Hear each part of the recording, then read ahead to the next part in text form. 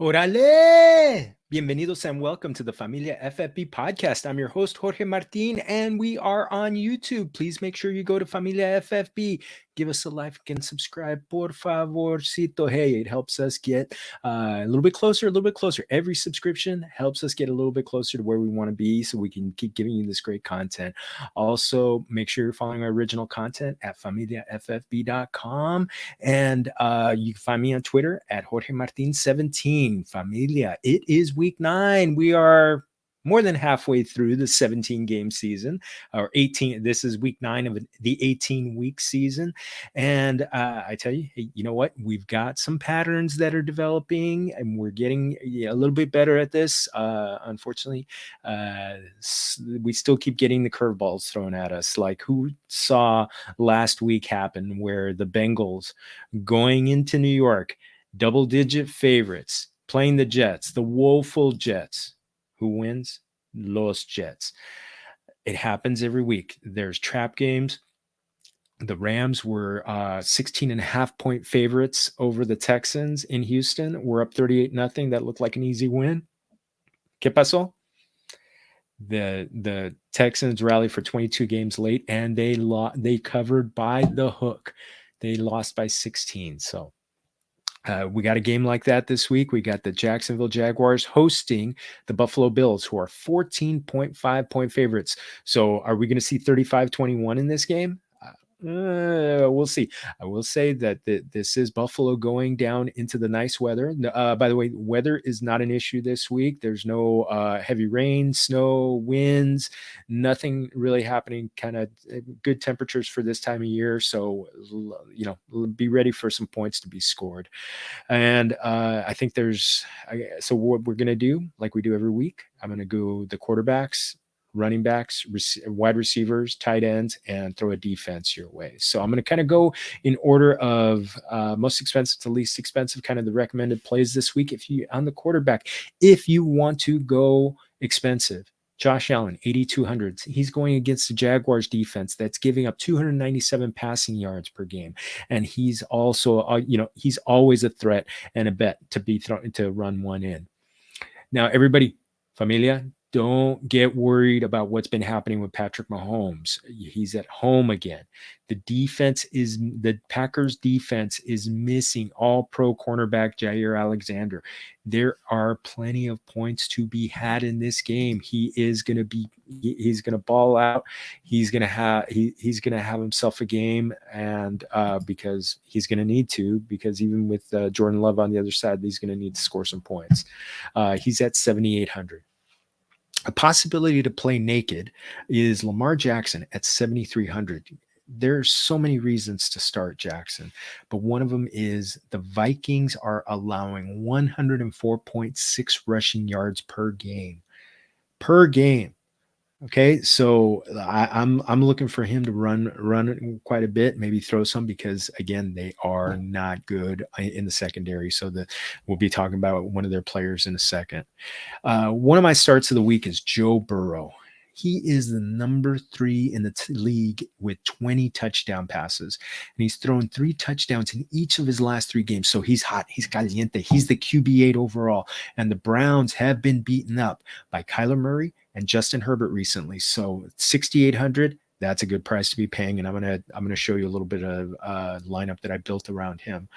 Kirk Cousins, 6,200. He has a pretty decent matchup against defense that the Baltimore Ravens are allowing 312 passing yards per game. So Kirk Cousins, he's a guy that you can build a lineup around, maybe stack him with Justin Jefferson. One of my favorite cheap plays, probably my favorite cheap play this week, is Tua Tagovailoa. He's passed for 329 and 294 yards against the Jaguars and the Falcons before last week's game against the Buffalo Bills. This week, he's got the Texans. They're at home. I think he's going to have plenty of opportunity. There are such a pass-heavy team, Familia, that Tua is going to have himself a game. So vámonos a los running backs right now. We've got Alvin Kamara. He's going up at 8,200. He's the most expensive play in the week, but he's going to be worth it. He's getting a full workload. He is the lead caballo, and Atlanta is allowing 136.7 total yards to the running backs. He's a dual threat. He's going to put up plenty of yards in the receiving game. Another one, Austin Eckler, 7,900. The Eagles are number 31 running back defense.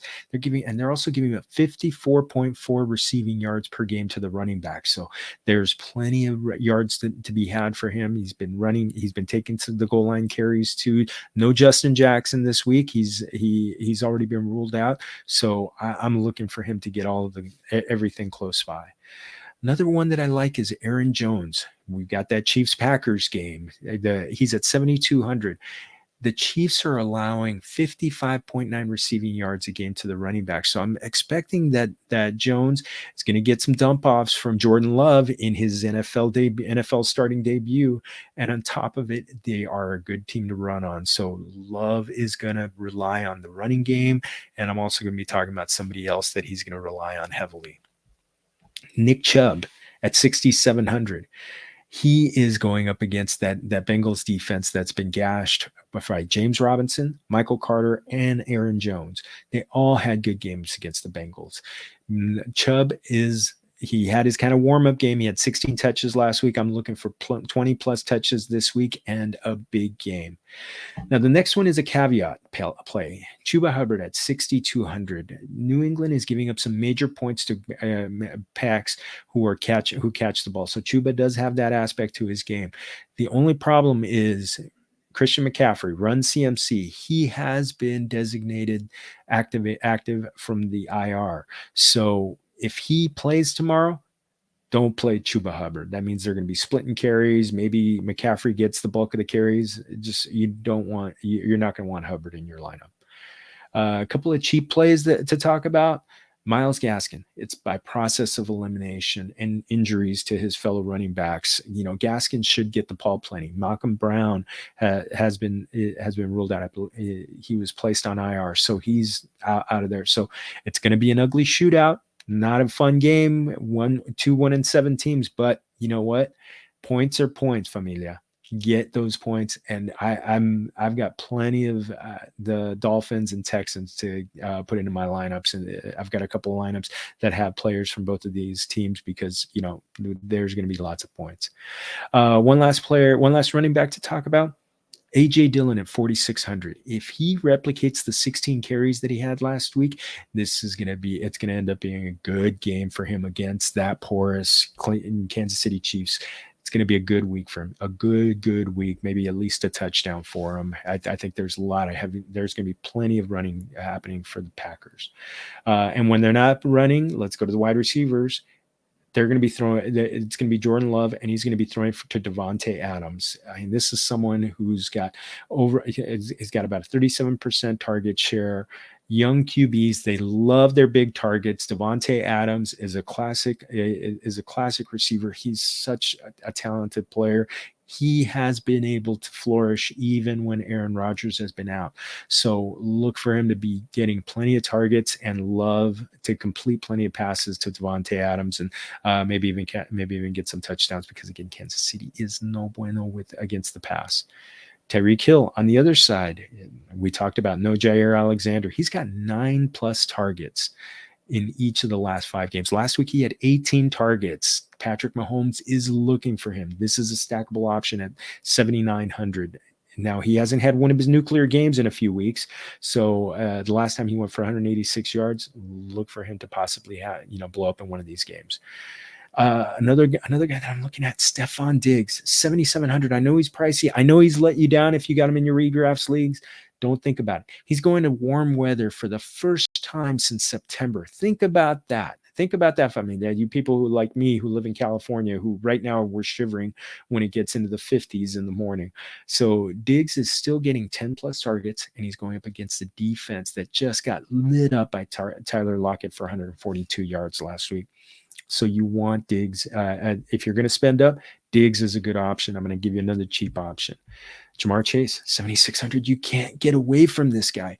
He has been, and he's going up against the Browns. They've been banged up in the secondary, and they've recently given up big games to Deontay Johnson, Mike Williams, Brandon Cooks. All of these guys are in not in the same league as where Jamar Chase has been playing of late. So you want Chase. If you get there's a stackable option that I'll show you with Joe Burrow where you could be very happy. We talked about the Texans game. The Texans player you want in your lineup, Brandon Cooks, 6,100. He's a steal, familia. The Dolphins are averaging 303.8 passing yards. Who else is going to be the target leader for the Texans? Nobody. You got Cooks getting 26% of targets, and he's getting 45% of the air yards. Familia. You want Cooks in your lineup. Marquise Brown, another one. You've got the Vikings giving up 202.4 receiving yards to just the wide receivers. That's the fourth most in the NFL. Marquise Brown is going to get behind them. Look for Lamar Jackson to hit him on a long ball, at least one. One player that we're going to talk about, Emmanuel Sanders. He had a rough one last week, familia. A donut. But at 5,600, he's still getting going to get targets. He's getting 33% of the air yards for the Buffalo Bills. So that's even more than Stefan Diggs. So think about the good possibility that he's going to connect on a long ball with and maybe there's a double stack, with I don't know if you can fit Josh Allen, Emmanuel Sanders, and Diggs, but maybe Allen and Sanders, or Diggs and Sanders, and you get a cheaper quarterback. Very much a possibility. Jalen Waddle is another possibility at 5,600. Cooks Waddle, that combo from the same game. You've got Devontae Parker who just got put on IR. You already have Will Fuller there. Familia. Jalen Waddle's going to see plenty of targets this week. Plenty. Another player that I want to talk about from the Bengals, T Higgins at 5,300. Now let me tell you what his air yards were, the percentage of air yards that were the past 2 weeks, 47% and 44%. This guy is getting the deep shots from Joe Burrow, and we're talking about the touchdown leader. I think there's going to be a long TD. I could see that. I've been hearing a lot of people who have been playing DFS longer than me on some other shows talking about the fact that they like to sometimes double stack two receivers with the quarterback, and I like that strategy this week. A couple more players. Kadarius Toney, 5,200. It feels like he's the last man standing for the G-men. Wide receivers are just falling left and right, and Toney will be there to get plenty of leftover targets. Speaking of last man standing, Jarvis Landry, 5,100. There's no OBJ. He's been released. Landry has 18 targets the past 2 weeks. Could you see even more in a game that last year they played very competitively and very high scoring games? I think I talked about, he's got 18 targets in the last 2 games. I think he's going to go past that. Donovan Peoples, a couple other players that are cheap under 5,000. Donovan Peoples-Jones, 4,400. He kind of goes with the Jarvis Landry talk. Rondale Moore, 4,200. AJ Green is already out, and DeAndre Hopkins may be out, so there could be an increase in target share for him. Brandon Ayuk, $4,100. He got 97% routes run last week, and he had a 27% target share with 7 targets. Deebo Samuel is a possibility to sit out this week with a calf injury, where they talked about it, where it's even worse than he played through it last week. And George Kittle is just coming back from IR. So familia, I'm looking at Ayuk to kind of get an increase in targets. A few tight ends to talk about before we get out of here. Travis Kelce, $7,000. Let me tell you that again. Travis Kelce, $7,000. TJ Hawkinson and George Kittle both have had big games against the Packers. Kelce is the tight end one. It was rough for him last week. It's not going to be 2 weeks in a row. Get him in your lineup. So if you're going to spend up, get him in your lineup. If you want to save a little money, Mike Gesicki, $4,900. Before Buffalo, he had caught the previous 2 weeks, he had caught a combined 15 balls for 200 yards. Tua is looking for this guy. So, and by the way, the 2 defenses that he did it against, they're on the same level as Houston. Get him in your lineup. Dallas Goedert. The Chargers are allowing almost 90 receiving yards per game to the tight end position alone. That's number 31 in the league. At 4,500, I love that price tag. Vámonos with him. The last one, the last tight end, I'm not even going to try to say his last name, Albert O from Denver. So $2,600. That price tag was set before Noah Fant was ruled out for being on the COVID list. A lot of DFS players are jumping on Alberto. This is a Dallas defense that's number 22 against the tight end. So at 2,600, he is a straight out wonderful bargain. I got one defense to talk to you. You guys know I love to go to the cheap defenses. Minnesota, $2,200.